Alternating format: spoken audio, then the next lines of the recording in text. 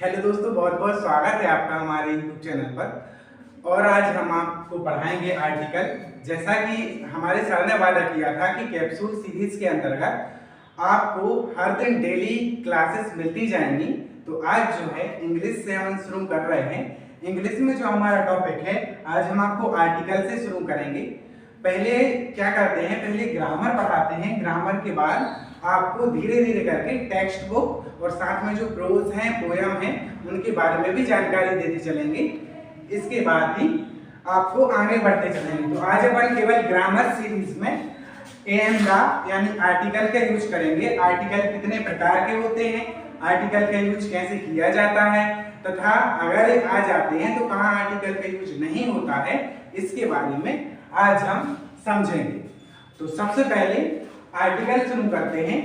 Article जो है प्यारे बच्चों, आर्टिकल हमेशा जो ये रहते हैं उपपद कहलाते हैं। हिंदी में अगर बोला जाए तो इन्हें उपपद कहते हैं और ये हमेशा नाउन के साथ लगते हैं। यानी नाउन क्या कहलाता है, जैसे किसी व्यक्ति का नाम है, यानी सिंपल रूप से अगर आप कहते हैं तो जो किसी का नाम होता है यानी वह एक नाउन है ना। Noun is the name of person, place and things.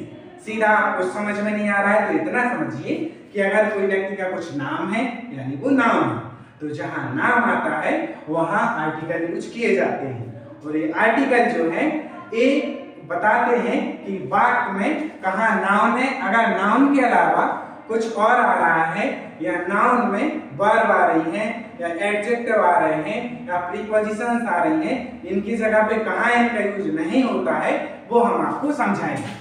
तो प्यारे बच्चों शुरू करते हैं। बहुत ध्यान से सुनिएगा क्योंकि ये अपने पास जो टाइम है, टाइम बहुत लिमिटेड है और हम आपको वही तैयारी करवाएंगे, वही चीजें आपको समझाएंगे जो आपके एग्जाम पॉइंट ऑफ व्यू से इम्पोर्टेंट है ना।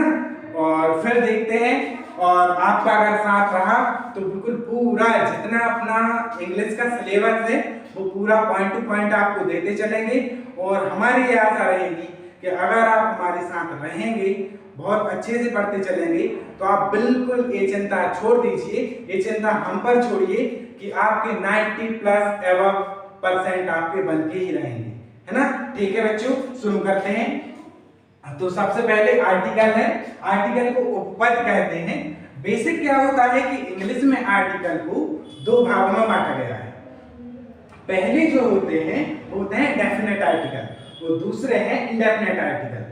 डेफिनेट आर्टिकल कौन से कहलाते हैं, यानी वो आर्टिकल जो एक निश्चित जगह पर यूज किए जाते हैं, जो निश्चित जगह पे लगे वो डेफिनेट आर्टिकल। और ऐसे आर्टिकल जिनका निश्चित यूज नहीं होता है, जिनका यूज उनकी स्थिति के अनुसार किया जाएगा, उनको अपन बोलेंगे इंडेफिनेट आर्टिकल। यानी अगर अपन देखते हैं तो डेफिनेट आर्टिकल जो है यानी निश्चित उपपद जो है वो अकेला एक कहलाता है, जो दा कहलाता है। बाकी अनिश्चित जो है यानी इंडेफिनेट आर्टिकल है वो ए और एन कहलाते हैं। अब इनका यूज कैसे होगा इसको अपन डिटेल में समझेंगे। आप विश्वास रखिए, आर्टिकल आपको और कहीं से पढ़ने की जरूरत नहीं पड़ेगी। और जितने भी मैं ग्रामर में आपको पढ़ाऊंगा, आप ये देखिए ग्रामर आपको किसी और से पढ़ने की जरूरत नहीं पड़ेगी और साथ में बुक्स भी आपको किसी से पढ़ने की जरूरत नहीं पड़ेगी। अगर आप इसको देखते हैं यही बहुत सफिशिएंट है आपके लिए, है ना। तो सबसे पहले अब अपन समझते हैं तो इनका यूज कैसे किया जाएगा। जैसे यहाँ हम लिख रहे हैं, जैसे हमने यहाँ एन लिखा है तो एन एक इंडेफिनेट आर्टिकल है। इंडेफिनेट आर्टिकल है तो इसका यूज हमेशा जहां पर स्वर ध्वनि आएगी वहां करेंगे। अब ये स्वर ध्वनि क्या कहलाती है, कुछ नहीं, जैसे अपन हिंदी में वर्ड बोलते हैं, हिंदी में जो वर्णमाला होती है उसमें अपन आ से लेकर आहा तक, वैसे हिंदी में अलग स्वर की परिभाषा है, लेकिन अब अपन हिंदी तो पढ़ नहीं रहे हैं, अब अपन तो पढ़ रहे हैं आर्टिकल। तो अपन इतना सीधा जान लें कि आ से लेकर आहा तक की जो ध्वनियां निकलेंगी वो सभी एन बताएगा। अब ये पता कैसे चलेगा, अब जैसे इसको हम आपको समझाते हैं। जैसे अगर हम यहाँ लिख दें कि INK, इंक लिखा है, जैसे मैंने इंक लिखा है तो इंक लिखने पर इसको आपको मालूम तो चल नहीं रहा है कि कौन सी ध्वनि आ रही है। तो मेरे प्यारे बच्चों, आपको क्या कर लेना है, जो इंक लिखा हुआ है इसको आपको हिंदी में लिख के देखना है। हिंदी में अपन लिख के देखेंगे ई छोटा ई बिंदी और का, इंक। इंक लिखा गया है, हिंदी में इसका कन्वर्ट हो गया है। अब हिंदी में जो पहला वाला शब्द है, ये पूरा शब्द है, ये पूरे शब्द का जो पहला वाला अक्षर है, उस पहले वाले अक्षर से अपन को ये इंगित पड़ेगा कि आप इसमें लगाएंगे क्या। जैसे ई छोटा ई लगा है, ई छोटा ई लगा है, तो इसके आगे लगना क्या चाहिए, ई छोटा ई आ से लेकर आ तक के बीच में आता है क्या, यानी ये स्वर का हिस्सा है, स्वर ध्वनि का हिस्सा है। तो जहां आ से लेकर आ तक की बात आती है, आ से लेकर आहा तक की बात आती है, वहां स्वर ध्वनि होती है। और ये इंक लिखा है प्यारे बच्चों, इंक में ई छोटा ई है जो कि आ से लेकर आहा तक के बीच में आता है। इसलिए अपन यहाँ किस चीज का यूज करेंगे, किस चीज का यूज करेंगे, एन का यूज करेंगे। तो हम यहाँ क्या करेंगे, एन एन एन इंक लिख देंगे। आई बात समझ में? नहीं आई? एक बार फिर समझिए। जैसे अपन वाक्य लिखते हैं, जैसे मान लो अपन ने लिखा है एप्पल, एप्पल लिख दिया है। आप इसको ए को देखकर नहीं लगाएंगे, आपको क्या करना है कि ये जो वाक्य लिखा है, इस वाक्य को आप एक बार हिंदी में लिख के देखिए। इसको आप हिंदी में कैसे लिखेंगे, एडी का ए, आधा पा, छुट्टी की और ला, एप्पल लिखा गया। अब अपन को पूरे शब्द से नहीं बोलना है, पूरा शब्द जो लिखा है वो लिखा गया है, ये एप्पल लिखा गया है, लेकिन अपन को क्या करना है, जो पहला वाला वर्ड है, जो पहला वाला अक्षर है मेरे प्यारे बच्चों, उसको देखना है। ये पहला वाला वर्ड क्या है, एडी का ए है। एडी का ए जो है वो क्या आ से आहा तक के बीच में आता है, आ से आहा तक के बीच में आता है डियर स्टूडेंट। तो आपको क्या करना है, एडी का ए देखना है, आ से आहा तक के बीच में आता है, ये भी देख लिया। तो आप क्या करेंगे, एन एन का यूज कर देंगे। तो आप क्या करेंगे, यहाँ एन एन लगाएंगे। आपको बात समझ में आ गई होगी, है ना। जहां अपन को आ से आहा तक के बीच की ध्वनियां मिल जाए, वहां अपन को एन एन लगा देना है। ठीक है, अब आगे बढ़ते हैं। अब आगे बढ़ते हैं। अब देखिए आप, व्यंजन ध्वनि अगर जहां आ जाए, है ना, तो अपन ने समझ लिया कि एन कहाँ लगेगा, लेकिन ए का यूज जहां होगा वहां व्यंजन ध्वनि आपको देखेंगे।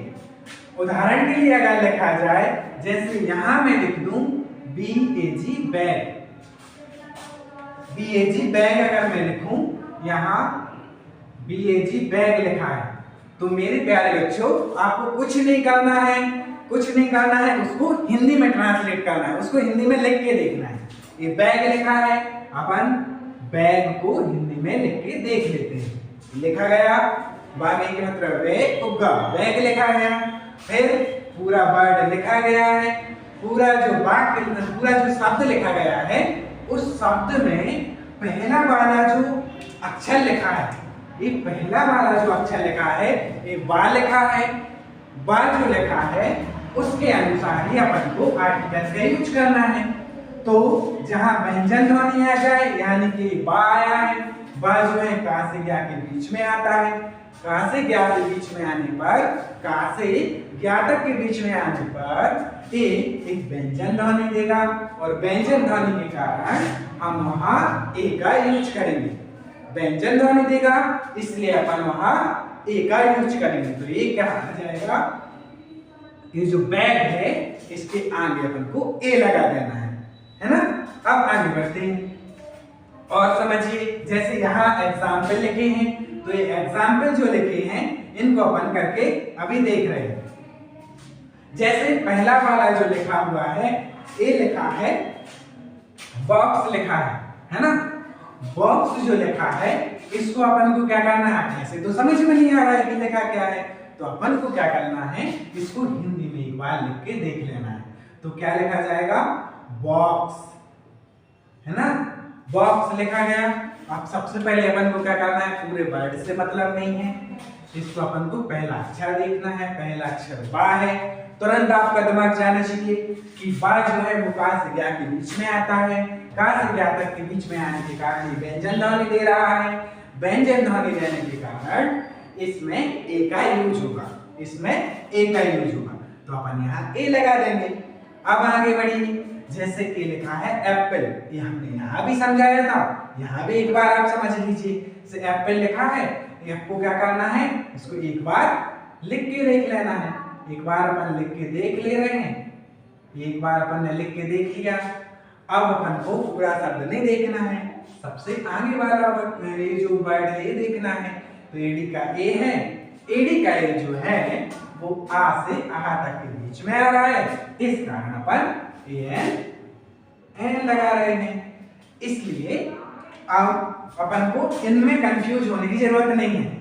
एन आए, एन का है जहां स्वर ध्वनि आ जाएगी वहां आ से आहा तक की बात, जहां ए आना है वहां व्यंजन ध्वनि आएगी का से ज्ञा तक। अब जैसे ये लिखा हुआ है कार, तो अपन एक बार हिंदी में लिख के देख लीजिए।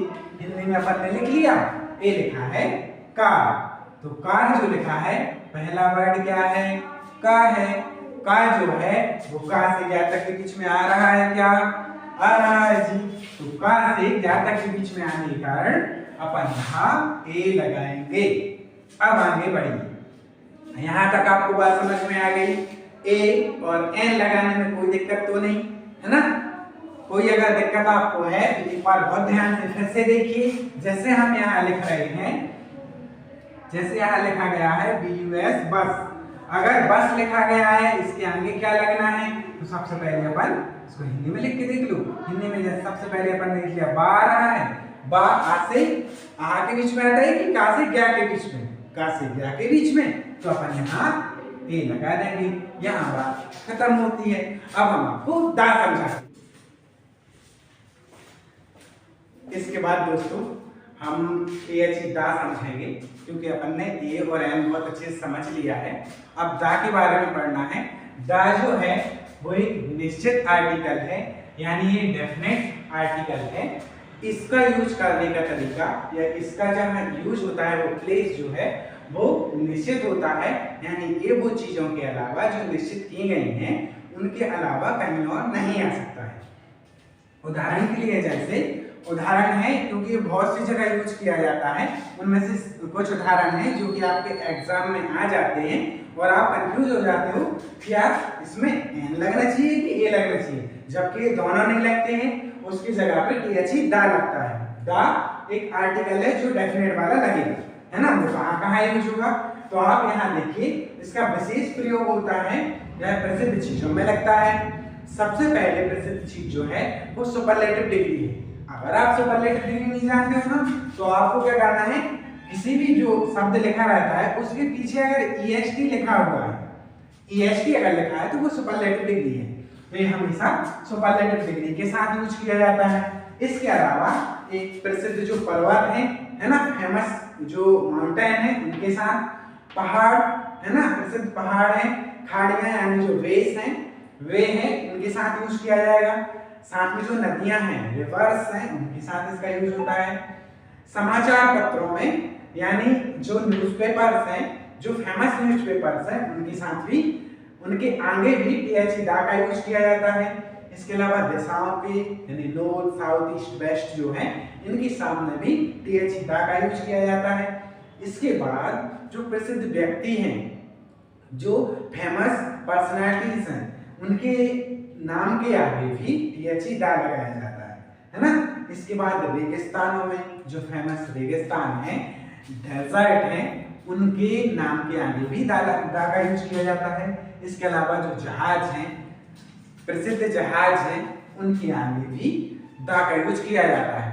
तो अपन यहाँ समझते हैं, यहाँ दा के साथ साथ अपन ए और एन को भी समझते चलेंगे, क्योंकि एग्जाम में जो आते हैं वो ए एन दा ऐसा बता के तो आता नहीं है। आएगा कैसे, आपको पूरे लिखे रहेंगे, तो उसमें से ही कैसे आपको लगाना है वो देखेंगे। तो सबसे पहले अपन देखते हैं, ये लिखा है माउंट एवरेस्ट। माउंट एवरेस्ट एक पर्वत का नाम है ना, एक प्रसिद्ध चीज है, इसलिए अपन यहाँ दा लगाएंगे। इसके बाद ये लिखा है गंगा। गंगा एक फेमस रिवर है, अभी बताया आपको, रिवर के सामने भी दा का यूज किया जाता है। इसके बाद लिखा है डॉल। डॉल प्रसिद्ध चीज है क्या, नहीं ना। तो डॉल जो है एक वस्तु है ना, डॉल के लिए लिखा गया है। तो आपको तुरंत दिमाग लगना चाहिए कि डॉल के साथ दा तो नहीं लगना है, तो फिर दा नहीं लगना है तो क्या लगेगा, ए और एन में से लगेगा। अब कैसे लगाएंगे आप, तो इसको एक बार हिंदी में लिख के देखिए, इसको जो लिखा हुआ है उसको हिंदी में लिख लेना है आपको। तो ये लिखा है डॉल, ये डॉल लिखा गया है। अब डॉल लिखने पर अब भी आपको समझाया है कि डॉल अगर आपको पूरा वर्ड लिखा गया है, पूरा शब्द लिखा गया है, तो आपको शब्द के आगे जो ए वाला है, पहला वाला अक्षर है वो देखना है, वो ड लिखा है। ड जो है वो का से क्या के बीच में आएगा, का से क्या के बीच में आएगा तो ए लगेगा इसमें, तो यहाँ अपन ए लगाएंगे, है ना, यहाँ अपन को ए लगाना है। उसके बाद ए लिखा है, इसको ऑनेस्ट नहीं पढ़ते, इसको ऑनेस्ट पढ़ते हैं, क्योंकि इसमें एच जो है वो साइलेंट होता है, एच साइलेंट होने के कारण इसको ऑनेस्ट पढ़ते हैं। तो ऑनेस्ट में अगर अपन देखें तो इसमें क्या है, ईएसटी लगा है। अब भी आपको समझाया, ईएसटी अगर आएगा तो क्या आना चाहिए, ईएसटी का मतलब है सुपरलेटिव डिग्री है ये, तो वो सुपरलेटिव डिग्री जो है इसके साथ हमेशा, इसके आगे हमेशा टीएचई दा लगता है। तो यहाँ पर क्या करेंगे, टीएचई दा लगाएंगे, है ना। इसके बाद ए लिखा है मून, मून एक यूनिक थिंग है, यूनिक थिंग्स के आगे भी टीएचई दा लगता है। इसके बाद लिखा है पेन, पेन यूनिक चीज नहीं है, पेन सिंपल चीज है, तो पेन को अपन को क्या करना है, हिंदी में लिख के देख लेना है। तो ये अपन ने लिख दिया पेन। पेन लिखने पर पहला वर्ड क्या आ रहा है, पा, पा जो है का से क्या के बीच में आ रहा है, इसलिए अपन लगाएंगे ए, तो ए पेन या आ पेन। इसके बाद लिखा है महात्मा गांधी, महात्मा गांधी एक फेमस पर्सनालिटी है, पर्सनालिटी है, तो इसलिए अपन को टीएचई दा यूज करना है मेरे प्यारे बच्चों। इसके बाद अगला क्या लिखा है, देखो अभी आपको समझाया है कि अगर कहीं रेगिस्तान, जो फेमस रेगिस्तान है जैसे सहारा है, कालाहारी है, थार है, अगर इनके नाम आ रहे हैं तो इनके नाम के आगे भी अपन को टीएचई दा का यूज करना है। इसके बाद ये लिखा है हिंदू, हिंदू एक आपको बताया है यहाँ समाचार पत्रों में, यानी जो फेमस न्यूज़पेपर्स हैं वो अगर आ जाएं, जैसे द हिंदू है, द इंडियन एक्सप्रेस है ना, द प्रिंट है, अगर ये आ रहे हैं तो इनके आगे भी अपन को टीएचई दा का यूज करना है। इसके बाद ये लिखा है नॉर्थ, नॉर्थ एक दिशा का नाम है, तो दिशाओं के साथ भी टीएचई दा लगता है। नॉर्थ, ईस्ट, वेस्ट, साउथ, ये चारों दिशाएं जो आएंगी, है ना, उन सभी दिशाओं के साथ अपन टीएचई दा का यूज करेंगे। इसके बाद ये लिखा है बाइक, बाइक लिखा है तो अपन इसको हिंदी में लिख के देखेंगे, तुरंत अब आप समझ जाइए बाइक में बा आया है, का से ज्ञा के बीच का आया है, का से ज्ञा के बीच के आने के कारण इसमें ए लगेगा, इसलिए अपन यहाँ ए लगा रहे हैं, है ना। इतना आपको समझ में आया। हमेशा गलती क्या होती है कि गलती में अपन क्या करते हैं, जैसे इंग्लिश में क्या देखते हैं, ए, ई, आई, ओ और यू। प्यारे बच्चों अगर आपको ए वर्ड जो दिखते हैं इंग्लिश में, ए वर्ड देखकर ही अपन क्या लगा देते हैं, एन, अरे ये तो इंग्लिश के जो है वोवेल है, इसीलिए इनको देखकर ही अपन एन लगाते हैं, जबकि ये कई बार गलत हो जाता है। जैसे हम अगर आपको यहाँ समझाएं तो यहाँ अगर अपन देखेंगे, यहाँ लिख के देख लो, थोड़ा सा इरेज कर दे रहे हैं। अगर यहाँ मैं ऐसे शब्द लिखूं जो इनसे शुरू हो रहे हैं, जैसे ई से नहीं यू से लिखते हैं, है ना, इसमें तो आप कंफ्यूज नहीं हो, UNION यूनियन, जैसे ही लिखा है तो अपन इसको अगर ना देखें तो इसको अपन क्या लगा देंगे, इसमें एन लग जाएगा, है ना, जबकि ऐसा नहीं। इसीलिए मैंने आपको ध्वनि के हिसाब से पढ़ाया है, ध्वनि के हिसाब से जिस दिन आप पढ़ेंगे कभी गलत नहीं होगा। तो ये एन लगा हुआ है, ये यहाँ गलत है ना। इसके जगह पे क्या होना चाहिए, आपको UNION अगर लिखा है तो इसको आपको हिंदी में लिख के देखना है। हिंदी में अपन लिख के देखेंगे तो ये क्या है, यूनियन है। यूनियन में पहला वर्ड क्या आ रहा है आपका, या आ रहा है, या आने के कारण आप तुरंत यहाँ आइए, यहाँ देखिए ये स्वर ध्वनि का है या व्यंजन से आ रहा है। या जो है वो का और क्या के बीच में आता है, इसलिए तुरंत अपन क्या करेंगे, ए का यूज करेंगे। तो यहाँ ए लगाना सही है, जबकि यूनियन में एन लगना गलत है। ठीक है, तो मेरे प्यारे बच्चों, आपने ए एन और दा का यूज अच्छे से समझ लिया है। हमेशा जब आप ए एन दा लगाएं तो एक बार आप जो वर्ड लिखे हुए हैं, जो शब्द लिखे हुए हैं, उनका एक बार हिंदी लिख के देखें। हिंदी का जो पहला शब्द लिखा है उसका पहला अक्षर देखें, उसके बाद आप इस प्रकार से लगाएं। अब वो देखते हैं कि कहाँ कहाँ आप ए एन दा का यूज नहीं कर पाएंगे। जैसे सबसे पहले हमने आपको बताया था कि यह हमेशा नाउन में यूज होता है, तो ऐसे नाउन जो प्लूरल हैं, प्लूरल अगर आए, बेसिक देखा जाता है कि जिनके पीछे एस लग के आता है। जैसे अगर अपन लिखें तो कार लिखा है तो एस लग के आ गया है तो कार्स हो गया है, ये प्लूरल हो गया है। तो प्लूरल नाउन के साथ इनका यूज नहीं होता है, ना ए लगेगा, ना एन, ना दा लगेगा, है ना। बेसिक इसमें यही रहता है, बाकी आप इसको देखिए। धन्यवाद, है ना। आगे अगर आपको कुछ समझ में नहीं आया है इसके बारे में तो आप कमेंट कर सकते हैं, आपकी समस्या का समाधान किया जाएगा। धन्यवाद।